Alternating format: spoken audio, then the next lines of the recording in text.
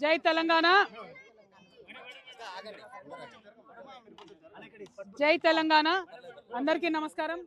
ఇవాళ రాష్ట్రంలో 26 ఫిబ్రవరి నుండి బడ్జెట్ ప్రవేశపెట్టబోతా ఉన్నారు కాబట్టి ఈ బడ్జెట్లో ఆడబిడ్డల కోసం ఏదైతే హామీలు ఇచ్చారో, మహిళలకు ప్రతి నెల 2500 ఇచ్చే హామీ కావచ్చు, ఆడపిల్లలకు స్కూటీలు ఇచ్చేటటువంటి హామీ కావచ్చు, అదేవిధంగా షాదీ ముబారక్లో తులం బంగారం ఇచ్చేటటువంటి హామీ కావచ్చు, అదేవిధంగా 2000 ఉన్నటువంటి పెన్షన్ 4000 చేసే హామీ కావచ్చు, ఇంటికి ఇద్దరికి పెన్షన్లు ఇస్తామని చెప్పి కేవలం మగవాళ్ళకి ఇచ్చి కొన్ని చోట్ల ఆడవాళ్ళకి ఇవ్వకపోవడం, ఇంకా కొన్ని చోట్ల ఆడవాళ్ళకి ఇచ్చి మగవాళ్ళకి ఇవ్వకపోవడం, ఈ అన్ని హామీలకు సంబంధించి ఈ బడ్జెట్లో మీరు పద్దు ప్రవేశపెడితేనే వచ్చే సంవత్సరంలో అన్నా మీరు చేసే అవకాశం ఉంటుంది.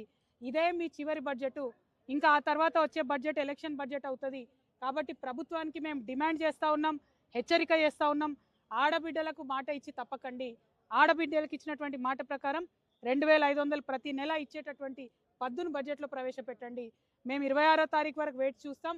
ఆ రోజు మా ఆడబిడ్డలకు సంబంధించిన అంశం కనుక లేకపోతే అందులో ప్రతి జిల్లాలో మీరు ఇవాళ ఇక్కడ ఎట్లయితే చూసారో అట్లానే ఉద్యమాలు వస్తాయి. అవసరం అనుకుంటే సమయం సందర్భం బట్టి అసెంబ్లీనైనా ముట్టడిస్తాం, సెక్రటేరియట్నైనా ముట్టడిస్తాం. ఆడబిడ్డలకు మాత్రం అన్యాయం జరిగితే చూస్తూ ఊరుకోమని తెలియజేస్తూ ఉన్నాం. మీరు ఎన్నికల మీద ఎన్నికలు చేసుకుంటున్నారు తప్పితే ఆడబిడ్డలకు ఇచ్చిన హామీల విషయం మాట్లాడతలేరు. నిన్న ఏం చెప్తా ఉన్నారు? మేము బోనస్ ఇచ్చినామని చెప్తున్నారు. సంతోషం, మీరేం ఘనకార్యం సాధించలే, మీరు చెప్పిన పని చేస్తూ ఉన్నారు అంతే. రైతులకు బోనస్ ఇచ్చి ఆడబిడ్డలకు ఇచ్చిన మాటలు ఎగ్గొట్టడం అంటే అర్థం ఏంటి? అంటే ఆడబిడ్డల పట్ల ఎవరు లేరు, ఎవరు అడగరు అని ఆడబిడ్డలను అల్కగా తీసుకుంటున్నారని అర్థం. కాబట్టి అటువంటి ప్రయత్నం చేయకండి. కోటీశ్వర్లను చేస్తామని చెప్పిన మీరు కనీసం నెలకిస్తామన్న 2500 ఇవ్వమని మేము డిమాండ్ చేస్తూ ఉన్నాం. దీని మీద సంపూర్ణంగా కంటిన్యూస్గా తెలంగాణ జాగృతి పోరాడుతుందని కూడా తెలంగాణ ఆడబిడ్డలందరికీ తెలియజేస్తున్నాం.